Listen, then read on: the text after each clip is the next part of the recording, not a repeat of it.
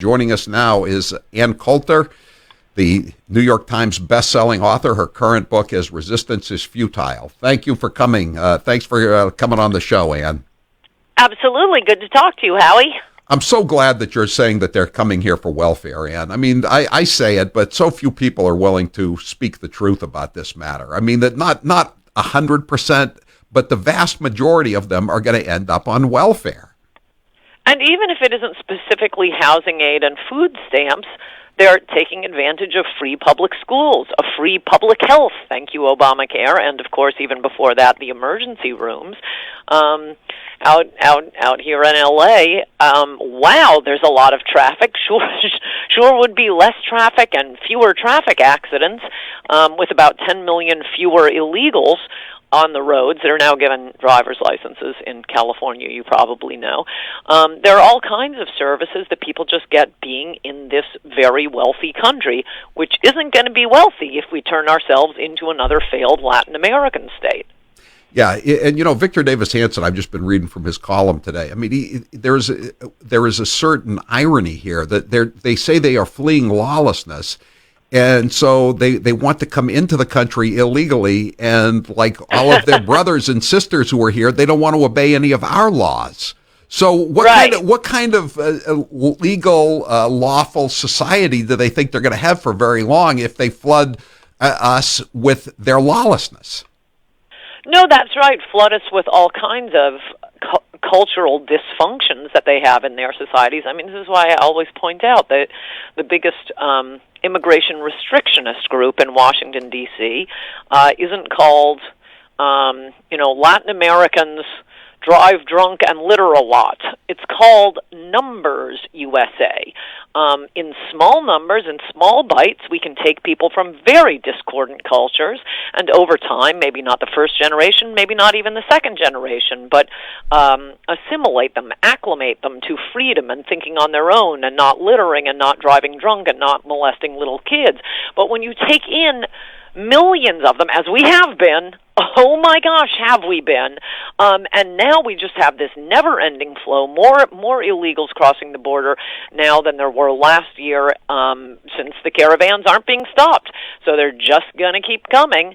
That is going to change our culture. I mean, what do people think? If at what point is it not America anymore, and are we just El Salvador? Yeah, I agree. And do you think the president is serious about stopping this caravan? This I call it the gravy train. Well, I'm very nervous about this. The president is excellent on talking and making promises and telling us what he wants to do. But when it comes to actually doing it, that's where everything seems to fall apart. This is, by the way, why we wanted a wall. And maybe President Trump didn't understand why that became the chant of his campaign. I mean, he talks about, as I've pointed out before, he talked about a lot of things when he came down that escalator. And then he'd go out to these 30,000-person focus groups of Trump supporters. They're the ones who created the slogan of his campaign, Build the Wall. They're the ones with the Build the Wall hashtag who were chanting it at every single rally and continue to do so to this day. Trump may not have understood what was so important about that rally cry, about the theme of his campaign, but we understood. We don't want to have to keep going through these caravans every 3 months. For the rest of our lives, Trump isn't going to be president forever. We need a permanent barrier on our southern border. Yeah, I agree. And I think, Ann, that this is one of the reasons why the percentage of black support for Republicans and Hispanic support for Republicans is increasing. I mean, this is not a positive issue for anybody who's in the country, pays taxes legally, speaks English, and feels that they have a stake in, or their families have a stake, their descendants have a stake in the future of the country. Who is this good for, to be having open borders and to be allowing the country to turn into a flop house? There's no upside. No, that's absolutely right. Absolutely right. One of my lefty friends in L.A. was just telling me yesterday, talking to the Mexican maid, that she was totally for Trump, and this sort of surprised the lefty friend who asked her, why are you for Trump, and why do you want the wall so much? And she said, it took me 10 years to be here legally. These people are just running across. Yeah, and of course, if they, I am sure they realize more than the average American, the more people competing for those maid and nanny jobs, the more their wages go down.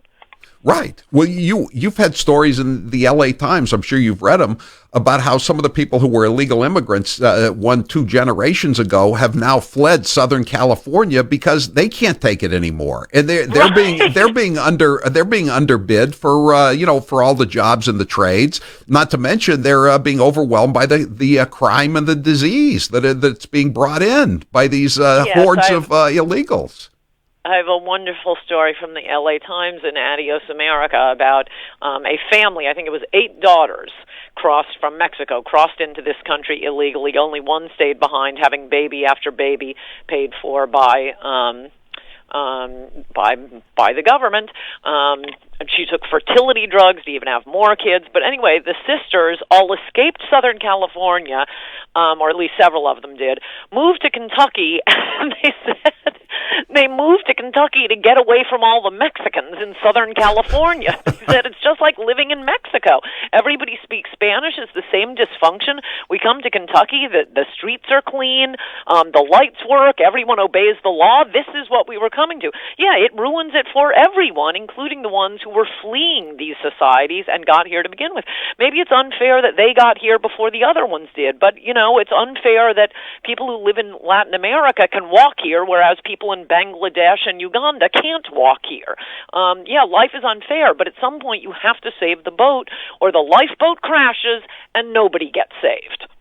Yeah, this is what do you make of these attacks on Donald Trump as he is somehow responsible for the shooting at the synagogue, even though the guy is all over social media talking about how much he hates Trump, but somehow it's Donald Trump's fault. I know, but they always do this. Nobody was blaming Bernie Sanders when his supporters shot up that baseball field. I mean, I guess a lot of people, at least on our side, you won't hear that on MSNBC, but I assume a lot of people on our side are pointing that. But no, this is what they just... This is the media trying to get Trump to bend to their will and say whatever they want him to say, when they want him to say it. This is exactly what they did with Charlottesville. I have a chapter on that in my book, Resistance is Futile. Of course Trump was right. There were good people on both sides. There were bad people on both sides. Oh, boy, have we seen that in the following year. Not only have Confederate and other statues of Thomas Jefferson, of Abraham Lincoln, have been Christopher Columbus, have been torn down, defaced, moved, melted down. So yeah, of course some people were out there protesting because they didn't want the statues being taken down and they weren't part of some alt-right group. And we've also seen Antifa running wild, running through the streets with masks, smashing store windows, beating people up, whom they take to be fascists, i.e. a Trump supporter. I.e. wearing a suit and tie in one case in Berkeley, right? They talk about, racial profiling. They were profiling him by his neckwear, beat the crap out of the guy. Yeah. That's right. No, but what drives them crazy is they used to be able to boss around conservatives. I mean, Rubio apologized and Jeb apologized and Romney apologized, and why won't Trump bend to our will? I will say that is one of the greatest things Trump is doing as president, not giving in to the PC outrageous demands of the media to apologize for things having nothing to do with him. Yeah. What I've been talking about, Ann, too, is, when you have no laws for a certain segment of the people who are here, i.e. illegal aliens, pretty soon you don't have laws for anybody. And so you have the people like this Caesar Sayoc or this guy, to a lesser degree, Bowers in Pittsburgh. I mean, in the old days, these guys would have been locked up in mental institutions, Yes, and it's worth pointing out that at least in the Caesar Sayoc case, we do have another problem of immigration, that, he's half Filipino. And he's also he's a fake Indian, too. He's this week's fake Indian. He's like your friend Elizabeth Warren. But It just simply is an historical fact that in this country, political violence has historically come from the left. In other countries, there's a lot of political violence. So if you bring in people from other countries, the same thing with the welfare consuming and the drunk driving, we are bringing in those cultures. Liberals figured all these third world immigrants we're dumping on the country would always be for them. But it turns out, sorry liberals, some of them will end up being like Cesar Altiera Sayoc and be Trump supporters. But this is not a traditional American behavior. I mean, this is more like Sacco and Vanzetti. Yeah, well, the thing is, too, what do you have to do to get locked up in South Florida? You and I are familiar with that area, and I mean, the Parkland shooter, he was a one-man crime wave, and nobody did anything about it until he finally, killed a bunch of people. This is the same way with Cesar Sayoc Jr., I mean, yes. How many crimes did this guy have to commit? He's just walking around. No, this past week is an excellent advertisement for, as Trump said, concealed carry and the death penalty, and Cesar Altiera Sayoc is a great advertisement for the three strikes laws. Yeah, and yet he's being criticized for saying that it might have been a different outcome at the synagogue if they had an armed guard. But I mean, that's common sense, isn't it? Of course, or just armed parishioners. This is why people on our side support concealed carry when you don't know who has a gun. But lots of people, doesn't mean everybody has a gun. Lots of people like to use guns. It's fun to use guns. I like to shoot. I like to have a gun because I'm utterly defenseless out in the world without a gun. You never know who's going to have a gun, and concealed carry does tend to cut down on those things. Yeah, I mean, there have been shootings at churches and places of worship before this, and sometimes the police go into these, and I've gotten texts from people today saying that they've had cops come to their churches, and the cops say, I'm not going to tell you what to do, but maybe it would be wise if somebody was assigned to have a concealed weapon at the at church on Sunday or whenever. Sure, just let the concealed carry permit carriers come. Remember, there was that wonderful woman at a Colorado Springs church. I think she was a black gal, and I think she may have been an off-duty cop, or she was just, an armed citizen. But some lunatic came running at the church, trying to shoot people in the parking lot, trying to break into the church. And she said a little prayer, pulled out her gun, and shot him dead. Right. Right. I just noticed in the Bronx last week, there was a guy jumped over the counter of a bodega, and the guy came up with the equalizer, the owner, and shot him dead, and they didn't indict him. Which is that's a sign of progress in the Bronx. For New York. Yeah. All right, Ann. Thanks for being with us. Look forward to talking to you next week. The title of your new book, Resistance is Futile. I'm Howie Carr. Good.